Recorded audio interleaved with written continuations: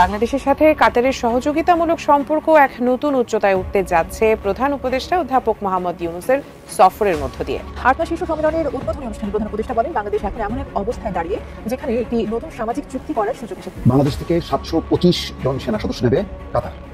দর্শক, আমি আপনাদেরকে বলেছিলাম যে ডক্টর মোহাম্মদ ইউনূস যেখানে যাচ্ছেন বাজিমাত করছেন এবং খালি হাতে কিন্তু কোথা থেকে ফিরে আসছেন না। এটা দেখেন তারই একটা বই প্রকাশ। 725 জন সেনা সদস্য যাবে কাতার। কাতার আগে থেকে বাংলাদেশের সেনা সদস্য আছে, আমি জানি না মানে তাদের সংখ্যাটা কত, কিন্তু সেই সংখ্যাটা যে বাড়ছে সেই কারণেই নতুন প্রশ্ন। এবং বলা হচ্ছে আগামী 2 মাসের মধ্যে তাদের নেওয়া শুরু হবে। শীঘ্র বাংলাদেশে নির্বাচন হবে না, ডিসেম্বরে নির্বাচন যে আলাপ সেই নির্বাচন হবে না। ডক্টর ইউনূসই ক্ষমতায় টিকে যাচ্ছেন। অবশেষে বিএনপির সঠিক উপলব্ধি। দর্শক, বিএনপির ফজল বাংলাকে তো আমরা ভোলাই দিই মাঝে মাঝে দিব, কিন্তু তার একটা উপলব্ধি আমি পত্রিকায় পড়লাম, আমার কাছে মনে হয়েছে তার উপলব্ধি শতভাগ সঠিক। রাজনীতির মাঠ আর ফুটবল খেলার মধ্যে খুব একটা ডিফারেন্স দেখি না ভাইজান।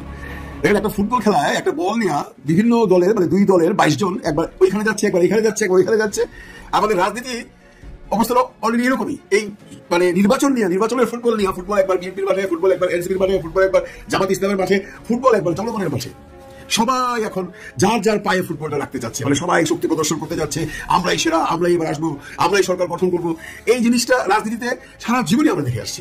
আওয়ামী লীগকে নিষিদ্ধ করার জন্য বাংলাদেশ জাতীয় নাগরিক পার্টি তরুণদের যে রাজনৈতিক দল এনসিপি, তারা আগামী 15 দিন সময় বেঁধে দিয়েছে সরকারকে। এবার এটা নিয়ে গতকালকে তারা রাজপথে নেমেছে, মিছিল করেছে, আর সারা বাংলাদেশ জুড়ে তারা একটা জনমত তৈরির চেষ্টা চালাচ্ছে যেন আওয়ামী লীগকে রাজনৈতিক দল হিসেবে নিষিদ্ধ করা যায়। সাবেক আইজিপি বেনজিরের বিরুদ্ধে ইন্টারপোলের রেড নোটিশ জারি। এই লোকটাকে আসলেই দরকার। আর অনেকের ব্যাপারে হয়তো মানে ইগনোর করা যাবে বা ওভারলুক করা যাবে, কিন্তু বেনজিরকে দরকার। বেনজির হচ্ছে একেবারে শেখ হাসিনার কলিজার টুকরা। বেনজিরকে ধরলে শেখ হাসিনা সব বৃত্তান্ত ফাঁস হবে। আসসালামু আলাইকুম দর্শক, নতুন একটা নিউজে আপনাকে স্বাগতম। প্রিয় দর্শক, কাতার থেকে বড় সুখবর দিলেন ডক্টর মোহাম্মদ ইউনূস। বাংলাদেশ থেকে 725 সেনা সদস্য নেবে কাতার। বাংলাদেশকে নতুন নতুন সুবিধা দেওয়ার ঘোষণা দিল কাতার। ডক্টর ইউনূসের নতুন ম্যাজিকে দুর্বার গতিতে এগিয়ে যাচ্ছে দেশ। এদিকে ডিসেম্বরে বাংলাদেশে কোনো নির্বাচন হচ্ছে না, 5 বছর টিকে যাচ্ছে ডক্টর ইউনূস। অবশেষে ডক্টর ইউনূসের 5 বছর ক্ষমতায় থাকা নিয়ে একই তথ্য বেরিয়ে এলো। অপরদিকে পুলিশের সাবেক কর্মকর্তা বেনজির আহমেদকে ধরতে একই ফাঁদ পাতল বাংলাদেশ। যে কোনো সময় ইন্টারপোলের হাতে গ্রেপ্তার হয়ে দেশে ফিরিয়ে এনে বেনজিরের কঠিন বিচার শুরু করার ঘোষণা। কাতার থেকে ডক্টর ইউনূসের খুশির বার্তা, বাংলাদেশ থেকে 725 সেনা সদস্য নেওয়ার ঘোষণা। ডিসেম্বরে নির্বাচন না হওয়া, ডক্টর ইউনূসের 5 বছর ক্ষমতায় থাকা নিয়ে চাঞ্চল্যকর তথ্য সামনে আসা এবং বেনজিরকে ধরে কঠিন বিচারের মুখোমুখি করার ঘটনা ও প্রেক্ষাপট নিয়ে করা আমাদের আজকের ভিডিওটি অত্যন্ত গুরুত্বপূর্ণ। ভিডিওটি শুরু থেকে শেষ পর্যন্ত ধৈর্য সহকারে দেখে একটি লাইক দিয়ে সবাইকে শেয়ার করে দিন। আমাদের চ্যানেলে নতুন হলে চ্যানেলটি সাবস্ক্রাইব করে পাশে থাকা বেল আইকনে ক্লিক করে রাখুন। আমাদের ভিডিওটি আপনি বাংলাদেশের কোন জেলায় বসে দেখছেন বা শুনছেন সেটি অবশ্যই কমেন্ট বক্সে কমেন্ট করে জানিয়ে দিতে ভুলবেন না। বাংলাদেশের সাথে কাতারের সহযোগিতামূলক সম্পর্ক এক নতুন উচ্চতায় উঠতে যাচ্ছে প্রধান উপদেষ্টা অধ্যাপক মোহাম্মদ ইউনূসের সফরের মধ্য দিয়ে। বিভিন্ন ক্ষেত্রে দায়িত্ব পালনের লক্ষ্যে বাংলাদেশ থেকে 725 জন সেনা সদস্য নেওয়ার কথা জানিয়েছে কাতার। এছাড়া কাতারের আমিরের মা ও কাতার ফাউন্ডেশনের চেয়ারপারসন শেখ মোজা বিনতে নাসিরের সঙ্গে বৈঠক করেছেন প্রধান উপদেষ্টা। আরো জানাচ্ছেন ইমতিয়াজ আলম। বিভিন্ন ক্ষেত্রে দায়িত্ব পালনের লক্ষ্যে বাংলাদেশ থেকে 725 জন সেনা সদস্য নেবে কাতার। আগামী 2 মাসের মধ্যে বাংলাদেশ থেকে এই সেনা সদস্য নেওয়া শুরু হবে। প্রধান উপদেষ্টার প্রেস সচিব শফিকুল আলম জানিয়েছেন, কুয়েতের মতো কাতারও বাংলাদেশ থেকে সৈন্য নেবে। 22 এপ্রিল মঙ্গলবার কাতারের দোহাতে আর্থনা সামিটের সাইডলাইনে হওয়া বৈঠকে একথা কাতার সরকারের পক্ষ থেকে জানানো হয়েছে বলে জানান তিনি। প্রেস সচিব শফিকুল আলম বলেন, গালফ যুদ্ধের সময় থেকেই কুয়েতে বাংলাদেশের সৈন্যরা দায়িত্ব পালন করছেন। কাতার আমাদের জানিয়েছে তারাও বাংলাদেশ থেকে 725 জন সৈন্য নেবে। স্থায়ীভাবে প্রতি 3 বছর পর পর একটি ব্যাচ আসবে। আমরা চাইছি যেন এই সংখ্যা বাড়িয়ে 1600 বা তারও বেশি করা যায়। আমাদের সামরিক সচিব এবং এসএসএফ প্রধান আজ সকালে এই তথ্য প্রেস সচিবকে জানিয়েছেন বলেও জানান তিনি। প্রতি 3 বছর পর পর এই যে একটা ব্যাচ আসবে, 3 বছর তারপরে আবার আমরা চাচ্ছি যে এই নাম্বারটা যাতে আরো 1600 বা আরো বেশি করা যায়। কাতারে নিযুক্ত একজন বাংলাদেশি সৈন্যের প্রারম্ভিক বেতন 2.5 লাখ থেকে 3 লাখ টাকা হবে বলে জানিয়েছেন প্রেস সচিব। আগামী 2 মাসের মধ্যেই সৈন্যদের পাঠানোর ব্যাপারে আশাবাদী তিনি। এছাড়াও আরো অধিক সংখ্যক শ্রমশক্তি রপ্তানি করার ইস্যু নিয়ে কথা হচ্ছে বলেও জানিয়েছেন তিনি। কাতারে আমরা আরো বেশি শ্রমিক পাঠাতে চাই। কাতারের জ্বালানি মন্ত্রীর সঙ্গে বড় একটি মিটিং করার কথাও জানিয়েছেন প্রেস সচিব শফিকুল আলম। তিনি জানান, কাতারের সঙ্গে আমাদের একটি দীর্ঘমেয়াদী চুক্তি রয়েছে। এই চুক্তির বাইরেও বাংলাদেশ চাইছে আরো অনেক বেশি এলএনজি আমদানি করতে, কারণ প্রচুর বিদেশি বিনিয়োগকারী জানাচ্ছে তারা বাংলাদেশে বিনিয়োগ করতে চায়। দেশে থাকা 600 প্রতিষ্ঠানই নতুন সংযোগের জন্য আবেদন করেছে। সরকার কাতারের সঙ্গে সম্পর্ক আরো সুন্দর করতে চাইছে, যাতে করে এলএনজি আরো ভালো মূল্যে পাওয়া যায়, এমনটি জানিয়েছেন শফিকুল আলম। তিনি বলেন, কাতারের কাছে পতিত স্বৈরাচার প্রচুর দেনা রেখে গেছে, কয়েক শত মিলিয়ন দেনা তারা পরিশোধ করেনি। এতে দেখা গেছে কাতারের সঙ্গে এক ধরনের দূরত্ব তৈরি হওয়ার আশঙ্কা দেখা গিয়েছিল। বর্তমান সরকার এসে পুরো টাকা পরিশোধ করার উদ্যোগ নিয়েছে। এখন বোধহয় $37 মিলিয়ন মতো দেনা রয়েছে। এ সপ্তাহের মধ্যেই পুরো টাকা পরিশোধ করা হবে বলেও জানিয়েছেন প্রেস সচিব। এদিকে আর্থনা শীর্ষ সম্মেলনের ফাঁকে কাতারের আমিরের মা ও কাতার ফাউন্ডেশনের চেয়ারপারসন শেখ মোজা বিনতে নাসেরের সঙ্গে বৈঠক করেছেন অন্তর্বর্তীকালীন সরকারের প্রধান উপদেষ্টা ডক্টর মোহাম্মদ ইউনুস। এছাড়া সফরসঙ্গী 4 নারী ক্রীড়াবিদকে নিয়ে কাতারের আমিরের বোন শেখ হিন্দ বিনতে হামাদ আল থানির সঙ্গেও বৈঠক করেছেন প্রধান উপদেষ্টা। শীঘ্র বাংলাদেশে নির্বাচন হবে না, ডিসেম্বরে নির্বাচন যে আলাপ সেই নির্বাচন হবে না, ডক্টর ইউনূসই ক্ষমতায় টিকে যাচ্ছেন। অবশ্যই বিএনপির সঠিক উপলব্ধি। দর্শক, বিএনপির ফজু পাগলাকে তো আমরা ধোলাই দিই মাঝে মাঝে দিব, কিন্তু তার একটা উপলব্ধি আমি পত্রিকা পড়লাম, আমার কাছে মনে হয়েছে তার উপলব্ধি শতভাগ সঠিক। হ্যাঁ, এই ফজু পাগলার যেরকম উপলব্ধি হয়েছে, বিএনপির সব নেতাকর্মীদের এরকম উপলব্ধি হোক, তারপরে এটা বিশ্বাস করে আপনারা কিভাবে টিকে থাকবেন সেই চিন্তা করেন। দর্শক, চমৎকার উপলব্ধি। উপলব্ধিটা ফজু পাগলা নেগেটিভলি বলেছেন, কিন্তু তার উপলব্ধি সঠিক। আমি মনে করি এটাই বাস্তবতা। তবে তার শব্দ চয়নে আবার একটু আপত্তি আছে, কিন্তু মৌলিকভাবে জনগণ চায় এটা, জনগণের চাওয়া। সেটা এমনভাবে ফজু পাগলা বলেছেন ডক্টর ইউনূসকে ব্লেম করে বা সরকারকে ব্লেম করে, ঘটনা সত্য এবং এটাই হবে। যেভাবেই বাজে শব্দ চয়নে বলুক না কেন, আসলে ঘটনা সেদিকেই যাবে। অতএব এটা মেনে নেওয়ার মধ্যেই সার্থকতা। এটা মেনে নিতে পারলে বিএনপি টিকবে, নাহলে বিএনপি থাকবে না। ফজলুর রহমান বলেছেন, আমি সবসময় কইছি এরা ইলেকশন চায় না, ঢং করতেছে।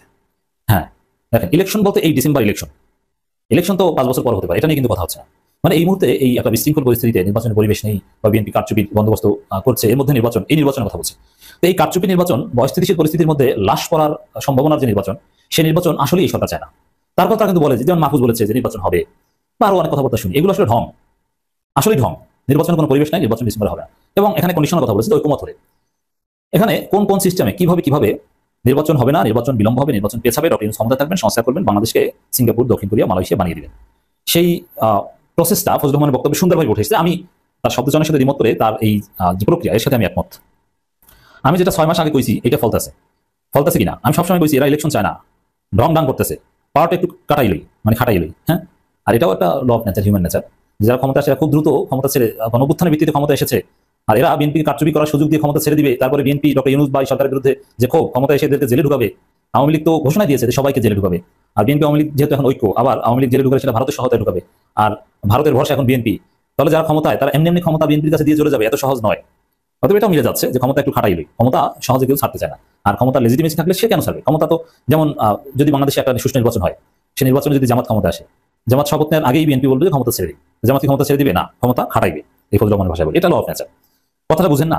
দেখেন, সুন্দরভাবে বলছে, এটাই হবে। দেখেন না, পৌষ মাসে এবার শীত বেশি হচ্ছে, পৌষ মাসে ইলেকশন দেওয়া যাইতো না, আগামী ডিসেম্বর মাসে দেবো। আচ্ছা, ডিসেম্বর মাসে দেখতেছি ওই যে এক মহিলা আছে, দেখেন কিভাবে কটাক্ষ করে, ছোট করে। যে বিএনপি এই সরকার উপদেষ্টাদেরকে এভাবে থ্রেট দেয়, সেই বিএনপিকে কারচুপি করে ক্ষমতা দিয়ে চলে যাবে এই সরকার, এটা ভাবার তো কোনো কারণ নাই। কি বলছে দেখেন, ওই যে এক মহিলা আছে আমাদের দেশেই বাড়ি হবিগঞ্জ, ওই যে রেজওয়ানা হাসান উপদেষ্টা, তারা দিয়ে আবার মিষ্টি কইরা কওয়ায়, স্যার তো কইছে ইলেকশনটা দিয়ে দেবো, তবে একটু 6 মাস পিছাইতেও পারে। হ্যাঁ, ওইরকম 6 মাস পেছাবে, আবার ঐকমত, নানান কারণে এই 6 মাস পেছাবে, বৃষ্টি, অতিবৃষ্টি, অতিশীত, নানান কারণে শীঘ্র নির্বাচন হবে না, ডিসেম্বরে হবে না, এবং আমি বিশ্বাস করি 2026 সালেও নির্বাচন হবে না। অতএব এই নির্বাচনের চিন্তা আপাতত বাদ দেন। ফজলুর রহমান যেটা উপলব্ধি করেছেন ঠিক, এটা বাদ দেন ভাই, নির্বাচন হবে না, দেরি আছে, অনেক দেরিতে এমন নির্বাচন হবে যে নির্বাচনটা হবে শতভাগ ফ্রি, ফেয়ার, ক্রেডিবল। আপনাদের যে কারচুপি চেষ্টা নির্বাচন, মনোনয়ন বাড়ির যে নির্বাচন, এইসব ফাজলামি চলবে না, নানান ভাবে যেভাবে একটু পিছানো হবে। তার মধ্যে যে শব্দগুলো বলেছেন, বৃষ্টি, শীত, পরিস্থিতি দেবো একটু পিছাই, এগুলো হবে। তিনি আরো বলেন, 10 দিন আগে আমার ওয়াইফকে রাত 2টার দিকে তারেক রহমান ফোন দিয়েছে নিজে। এই যে তারেক রহমান যে কতটা দেউলিয়া হয়েছে, তারেক রহমান যে একদম ভারত এবং আওয়ামী লীগের ফাঁদে পড়েছে, তার প্রমাণ হচ্ছে এই ফজলুর রহমানের ওয়াইফকে ফোন দেয় রাত 2টায়। তার মানে বিএনপি তারেকের চরিত্র কি, এটা ফজলুর রহমানের দিকে তাকালে বোঝা যায় যে বিএনপি কতটা ভারতপন্থী হয়ে গেছে। যাবে, এটা তো আমরা জানতাম যে এত গুরুত্ব দেয়। আমরা অনেকে ভাবতাম যে ফজলুর রহমান পোস্ট যেহেতু একটা আছে, দুধবাদ পোস্ট, বক করেন, কিন্তু না, আমরা এখন কি দেখছি যে তারেক রহমান রাত 2টায় ফোন দেয়। মানে তারেক রহমান চরিত্র ফজলুর রহমানের চরিত্র প্রায় একই রকমের। উনি কিন্তু ডাইরেক্ট আমাকে ফোন দেয় না, ফজলু ভাইয়ের মেজাজটা ঠিক আছে কিনা বুঝালই আগে। তোর মেজাজ তারেক রহমান গুনে, জনগণ তোর মেজাজের কপালে লাথি মারে, তোর মেজাজ আমরা গুনি না। তুই তো বাটপারের বাচ্চা বাটপার, তুই শাহবাগী, তুই বাকশালী, তুই আওয়ামী লীগ, তুই ছাত্রলীগ। অতএব তোর মতো মুক্তিযোদ্ধাকে আমরা লাথি মারি, ওগুলো ঝাড়ু মারি আমরা। তুই ইসলাম বিরোধী, তুই তাবলিগ জামাত নিয়ে কটাক্ষ করছিস, তুই ওয়াজ মাহফিল নিয়ে কটাক্ষ করেছিস। তারেক রহমানের মতো ব্যর্থ নেতা, যিনি 5 আগস্টের পর দেশে আসতে ভয় পান, সে ফজলুর রহমানের মতো বাটপারে মেজাজ কাউন্ট করে, আমরা করি না। কেন আমি বলে ফেলি, এটা ঠিক আছে না লিডার, সে তারেক রহমান বলছে 6 মাস আগে ফজলু ভাই যে কথাগুলো বলছে, সেটা আমার দলকে অনেক বেশি উজ্জীবিত করে রাখছে, সেভ করে রাখছে। ফজলু ভাইয়ের একার কথাই মানে বিএনপি এখন ফজলু পাগলার মতো, টোটাল বিএনপি এখন ফজলু পাগলা হয়ে গিয়েছে। এই বিএনপির ধ্বংস যে অনিবার্য বোঝার জন্য এটাই যথেষ্ট।